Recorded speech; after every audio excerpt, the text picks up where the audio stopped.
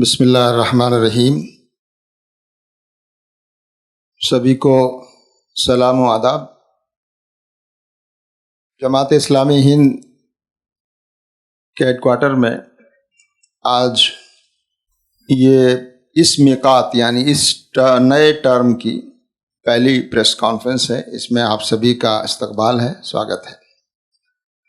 جیسا کہ ابھی بتایا گیا، جماعت اسلامی ہند کی میقات اس کا ٹرم 4 سال کا ہوتا ہے اور 1 اپریل سے 31 مارچ 1 اپریل سے شروع ہوتا ہے۔ تو یہ میقات ویسے تو اپریل 2023 سے شروع ہونا تھا اور اپریل میں ہی شروع ہوا، لیکن رمضان کی وجہ سے امیر جماعت کا انتخاب اپریل کے آخری ہفتے میں عمل میں آیا، وہ آپ سب کے علم میں آ چکا ہے۔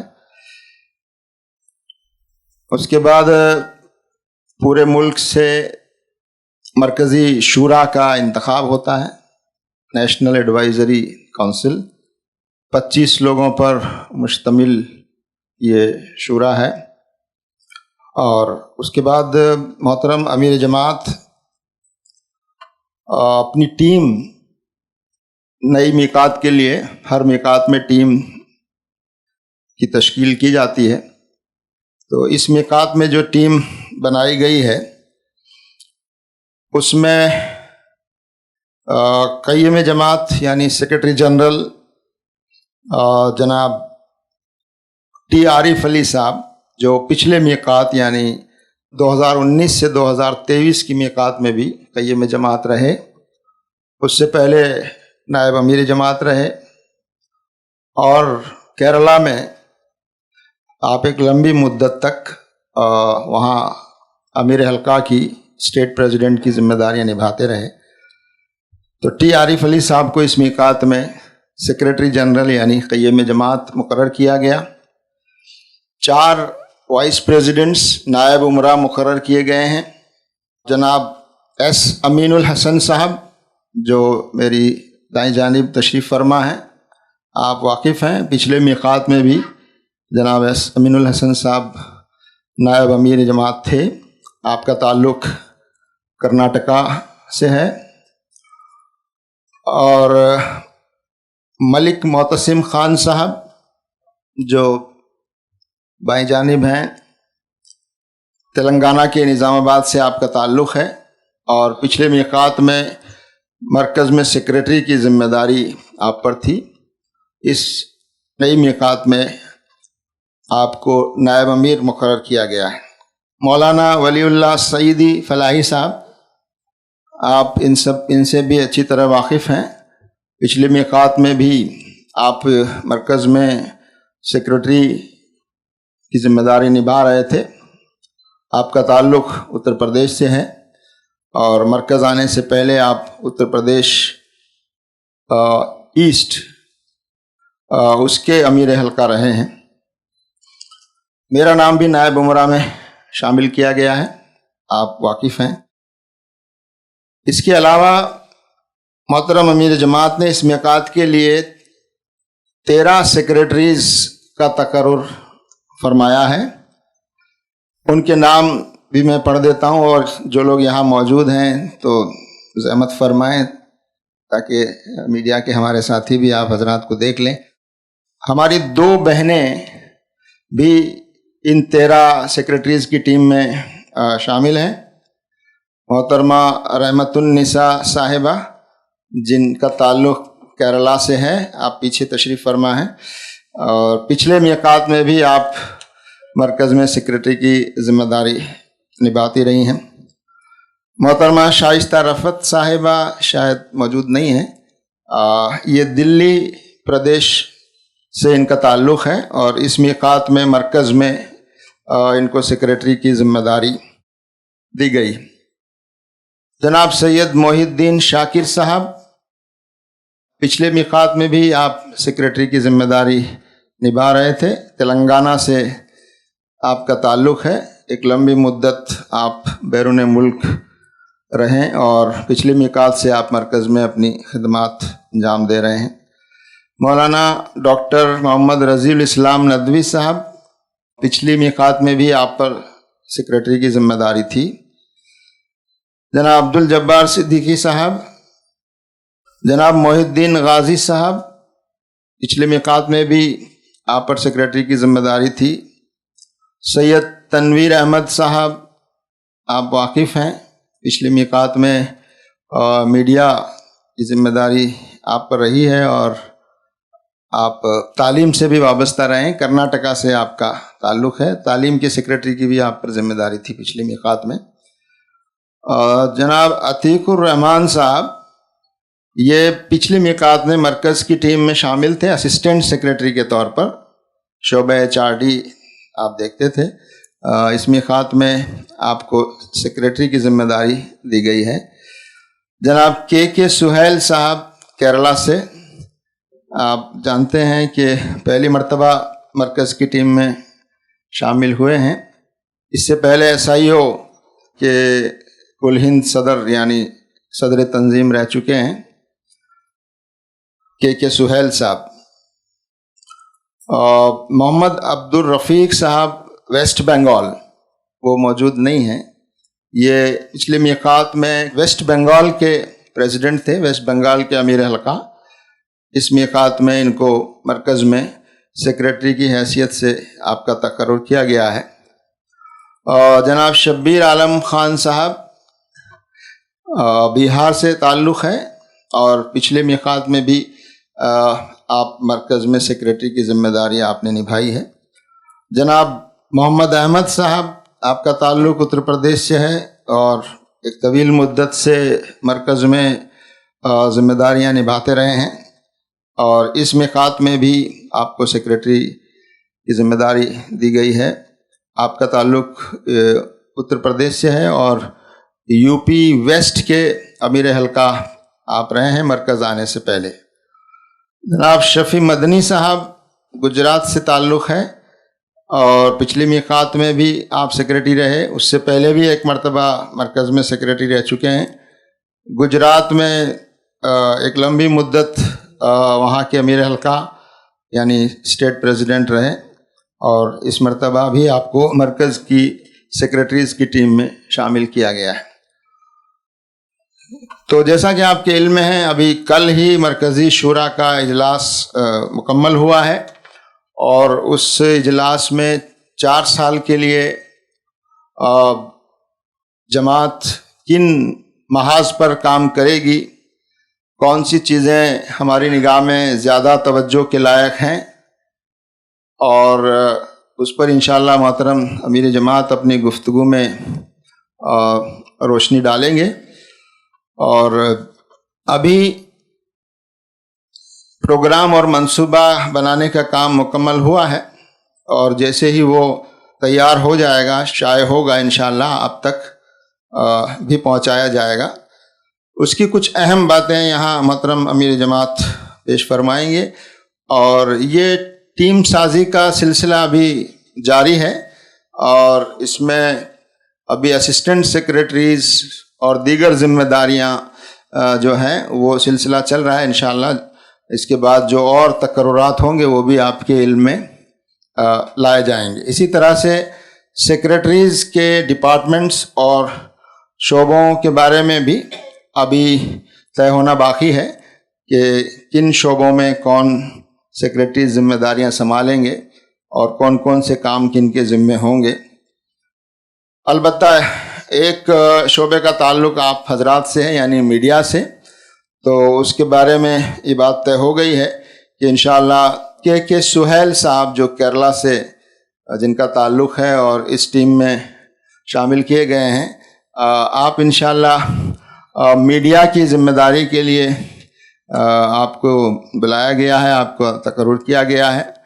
میڈیا شعبے کی ذمہ داری سے پہلے سید تنویر احمد صاحب نبھاتے رہے ہیں اور آپ پر دوہری ذمہ داری پچھلے میقات میں رہی ہے۔ تعلیم کے سیکریٹری کی ذمہ داری بھی آپ پر تھی اور میڈیا کی بھی آپ پر تھی۔ اب میڈیا کو ایک فل فلیجڈ اور انڈیپینڈنٹ سیکریٹری میسر آیا ہے، انشاءاللہ تعالیٰ اللہ تعالیٰ سے ہم ان سب ذمہ داروں کے لیے دعا کریں کہ یہ اپنی ذمہ داریاں اور اپنی صلاحیتیں اللہ تعالیٰ اس میں برکت عطا فرمائے اور ہم اپنی ذمہ داری ادا کر سکیں اور اس کا حق ادا کر سکیں۔ میں اب محترم امیر جماعت سے گزارش کروں گا کہ اس میقات میں جو منصوبہ ہم نے بنایا ہے اس کے کچھ اہم نکات آپ حضرات کے سامنے پیش فرمائیں گے، اور اس کے بعد آپ حضرات کے کچھ سوالات بھی لیے جا سکتے ہیں۔ جزاک اللہ، شکریہ۔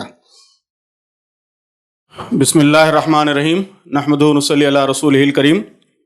محترم بھائیوں اور بہنوں، میں بھی آپ سب کا مرکز کے میڈیا ہال میں اور نئے ٹرم میں اس پہلی پریس کانفرنس میں آپ سب کا استقبال کرتا ہوں، سواگت کرتا ہوں۔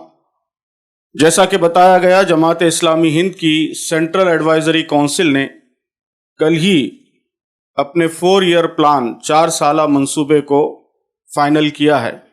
یہ جماعت کا طریقہ ہے کہ ہر 4 ایئر ٹرم کے اسٹارٹ پر امیر جماعت کے الیکشن کے بعد ہم 4 ایئر پلان بناتے ہیں، منصوبہ بناتے ہیں، ملک کے حالات اور دیگر چیزوں کو سامنے رکھتے ہوئے اپنے منصوبے کو فائنل کرتے ہیں، اور اس کے مطابق پھر پورے ملک میں 4 سال کام ہوتا ہے۔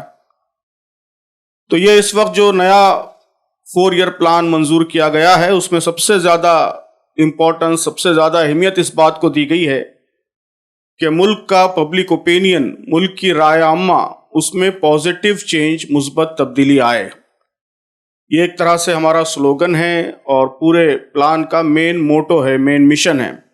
ہم چاہتے ہیں کہ اسلام کے تعلق سے اور اسلامی تعلیمات کے تعلق سے جو مس انڈرسٹینڈنگس ہیں، غلط فہمیاں ہیں جو پھیل رہی ہیں، پھیلائی جا رہی ہیں، وہ دور ہوں۔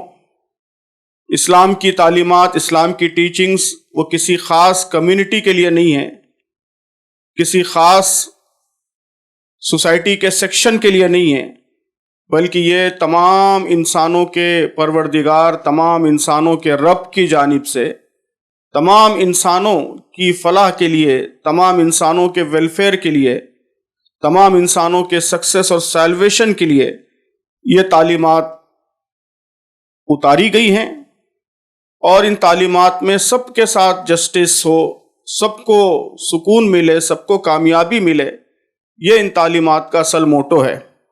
تو ہم چاہتے ہیں کہ یہ بات ملک کے لوگوں کے سامنے اچھی طرح واضح ہو۔ تو اس کے لیے ہم 4 سالوں کے دوران انشاءاللہ مختلف طریقے استعمال کریں گے۔ ہر مذہب کے ماننے والے بھائیوں کے پاس ہم جائیں گے، انہیں اسلام کی ریئل ٹیچنگز، حقیقی تعلیمات سے واقف کرائیں گے۔ بہت سے ریزنز ہیں جس کی وجہ سے غلط فہمیاں پھیلی ہوئی ہیں، بہت سے لوگ واقف نہیں ہیں کہ اسلام کا اصل میسیج کیا ہے۔ بعض موقعوں پر انٹرنیشنل سینیریو، حالات کی وجہ سے میڈیا بھی غلط فہمیاں پھیلا دیتا ہے، مسلمانوں کے بعض غلط رویوں کی وجہ سے بھی غلط فہمیاں پھیل جاتی ہیں۔ تو ہم چاہتے ہیں کہ ان سب کے مقابلے میں اسلام کا حقیقی میسیج، اس کی ریئل ٹیچنگز یہ کمیونیکیٹ کی جائیں، اور اسلام کے تعلق سے ہمارے ملک میں جو پبلک اوپینین ہے وہ پازیٹیو ڈائریکشن میں بدلے۔ یہ گویا ہم 4 سال اس کی خاص کوشش کریں گے۔ اس وقت جو ملک کے حالات ہیں وہ آپ سب کے سامنے آیا ہیں، تو جماعت کے اس 4 ایئر پلان میں ان حالات کا بھی نوٹس لیا گیا ہے۔ تو جماعت کی کوششوں کا ایک اہم ہدف یہ ہوگا کہ ہم ملک کے تمام انصاف پسند انڈیویجولز کے ساتھ اور تمام انصاف پسند گروپس کے ساتھ مل کر ملک کے اندر امن و امان کے لیے، پیس کے لیے، اور سارے طبقات کے ساتھ یہاں جسٹس ہو، انصاف ہو، اس کے لیے کوشش کریں گے، اور ملک میں ہر طرح کے ظلم کے خلاف، ناانصافی کے خلاف، فتنہ و فساد کے خلاف، نفرت اور تفریق کے خلاف، اور خوف و دہشت کے خلاف سب کے ساتھ مل کر ہم جد و جہد کریں گے، اور چاہیں گے کہ ہمارا ملک ان برائیوں سے پاک ہو۔ تو ہمارے 4 سالہ منصوبے میں اس کے سلسلے میں بھی بہت سے پروگرامز، کیمپینز تجویز کی گئی ہیں۔ اس منصوبے میں اس بات کو بڑی اہمیت دی گئی ہے کہ ملک کے مختلف جو ریلیجیس گروپس ہیں ان کے درمیان ریلیشنز بہتر ہوں، ڈائیلاگ کی، گفت و شنید کی فضا پیدا ہو۔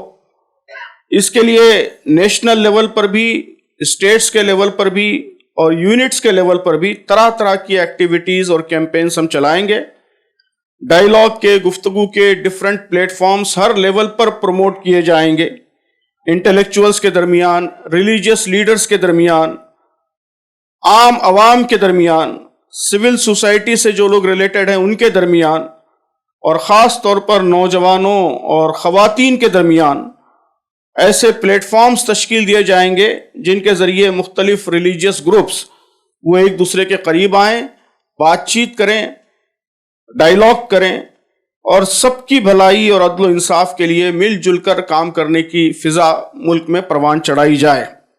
اس منصوبے کا ایک اہم پہلو یہ ہے کہ اس میں یہ طے کیا گیا ہے کہ ملک میں پائی جانے والی جو عام خرابیاں ہیں، اونچ نیچ ہے، کاسٹ کی بنیاد پر ڈسکریمنیشن ہے، چھوت چھات ہے اور پریجوڈائسس ہے، اور لڑکیوں اور عورتوں کی حق تلفی ہے، ان کے ساتھ اتیاچار ہے، فیٹیسائڈ ہے، خاص طور پر فیمیل فیٹیسائڈ، جہیز کی لعنت ہے، ڈرگس، نارکوٹکس اور منشیات ہے، کرپشن ہے، تو ان سب برائیوں کے خلاف ہم مہمات چلائیں گے، اور ہم چاہیں گے کہ ہمارا ملک ان برائیوں سے پاک ہو۔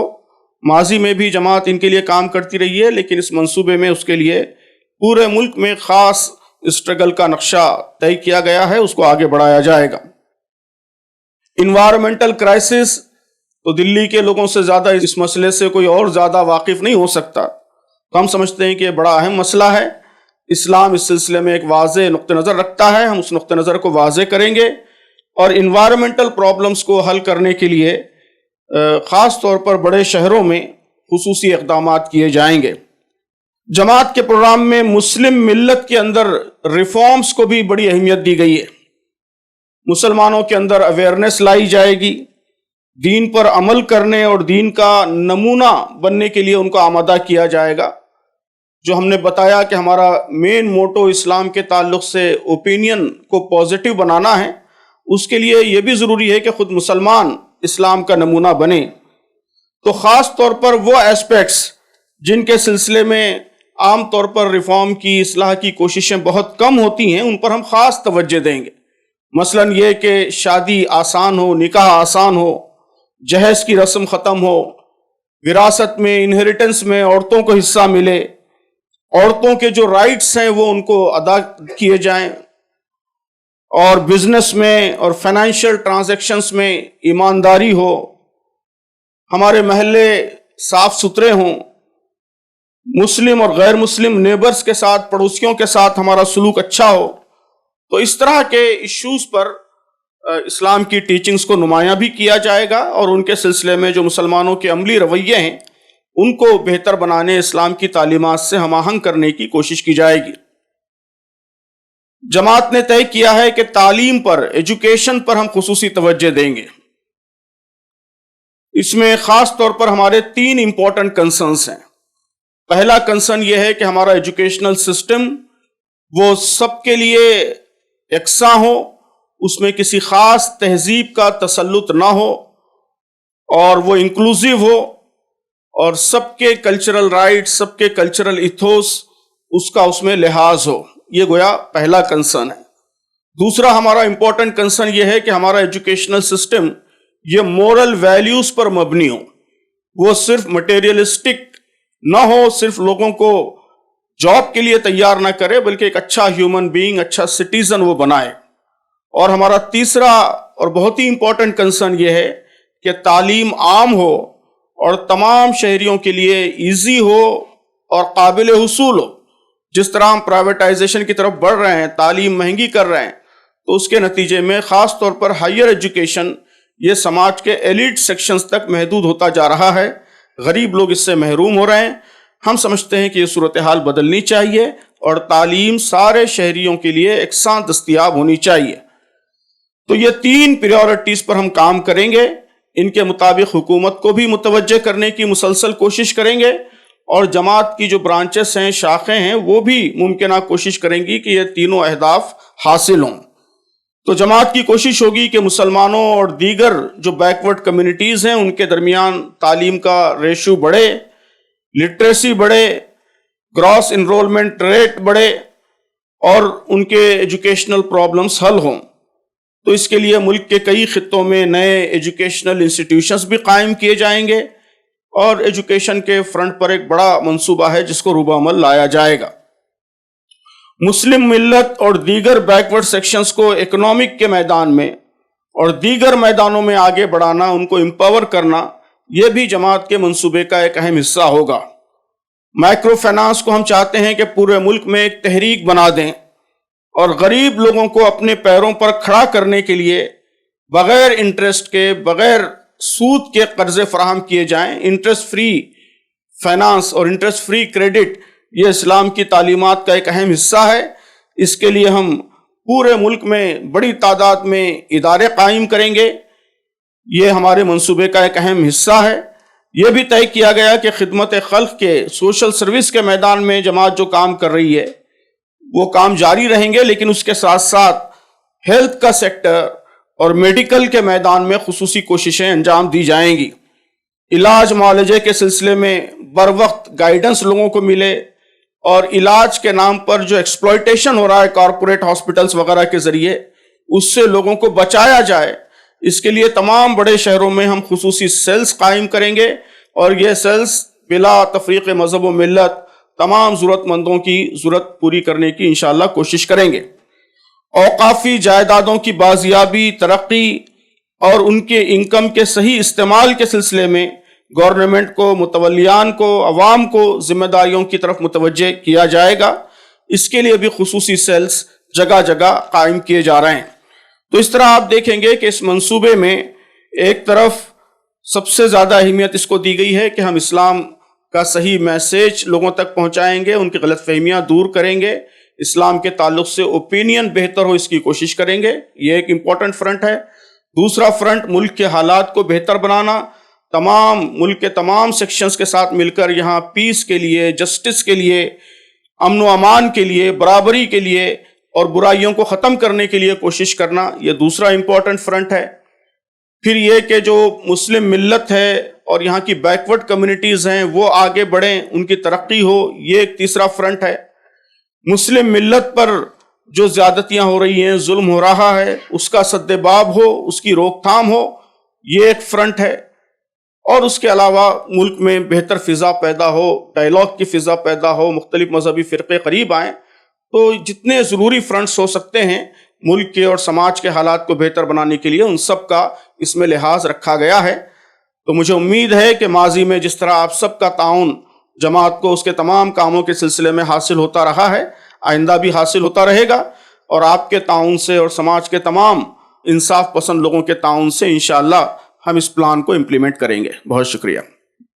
جی سوال یہ ہے کہ یہ جو نیا چار سالہ منصوبہ بنایا ہے آپ نے، جو پچھلا جو 4 سالہ منصوبہ تھا، what is the big difference between both of that plan? اس لیے دوسرا یہ ہے کہ آپ نے جو پچھلا جو منصوبہ بنایا تھا تو اس کا آپ نے سوشل ایڈٹ کیا ہے کہ کس حد تک آپ اس میں کامیاب ہوئے، اس کو امپلیمنٹ کرنے میں عملی جامہ پہنچانے۔ تو یہ کام مستقل ہوتا ہے۔ جماعت کا نظام یہی ہے کہ ہمارے ہاں سینٹر کے لیول پر، اسٹیٹس کے لیول پر، یونٹ کے لیول پر ریگولر اسیسمنٹ کا، جائزے کا، کام ہو رہے ہیں نہیں ہو رہے ہیں، کیسے ہو رہے ہیں، اس کو دیکھنے کا ایک انتظام موجود ہے۔ رپورٹس لی جاتی ہیں، دیکھا جاتا ہے، اور ابھی گزشتہ ٹرم سے ہم نے اس کی باقاعدہ سوشل آڈٹ کا بھی طریقہ شروع کیا ہے کہ ہمارے ٹرینڈ سوشل آڈیٹرز یونٹوں میں جاتے ہیں، مقامات پہ جاتے ہیں، وہاں عام سماج کے لوگوں سے ملتے ہیں، جن لوگوں کے درمیان کام ہو رہا ہے ان لوگوں سے ملتے ہیں، ان سے بات کرتے ہیں، اور ایک فارمیٹ ہے، ایک طریقہ ہے، میتھڈ ہے، اس کے مطابق ڈیٹیل سوشل آڈٹ کرتے ہیں، اس کی رپورٹ ہم کو دیتے ہیں۔ تو اس دفعہ وہ رپورٹ بھی پیش کی گئی ہماری جو سینٹرل باڈی ہے، نمائندگان اس کے سامنے، اور اسی سوشل آڈٹ اور اس جائزے کو سامنے رکھتے ہوئے ہم نے پھر آگے کا منصوبہ تشکیل دیا ہے۔ تو میں نے ابھی جو ہائی لائٹس بتائے ہیں وہ وہی ہیں جو تھوڑے سے نئے ہیں، جو پچھلے منصوبے سے مختلف ہیں۔ باقی جو ریگولر کام ہمیشہ ماضی میں بھی ہوتے رہے ہیں اور ہمیشہ جماعت کے کاموں کا حصہ ہیں وہ شامل ہیں، اس کو میں نے اس دفعہ ابھی آپ کے سامنے وہ تفصیل نہیں بیان کی ہے، بلکہ وہی باتیں ہائی لائٹ کی ہیں جو اس منصوبے کی نئی اور نمایاں خصوصیات ہیں۔ آپ لوگ آن دا ڈائٹ 6 لوگ بیٹھے ہیں اور آف دا ڈائٹ لگ 10-15 لوگ آپ کے بیٹھے ہوں گے۔ آپ نے ایک بات کی عورتوں کو ان کے رائٹ دلانے کی یا میراث کی بات کی۔ میں جاننا چاہتا ہوں کہ آپ میں سے کتنے لوگ ہیں جنہوں نے خود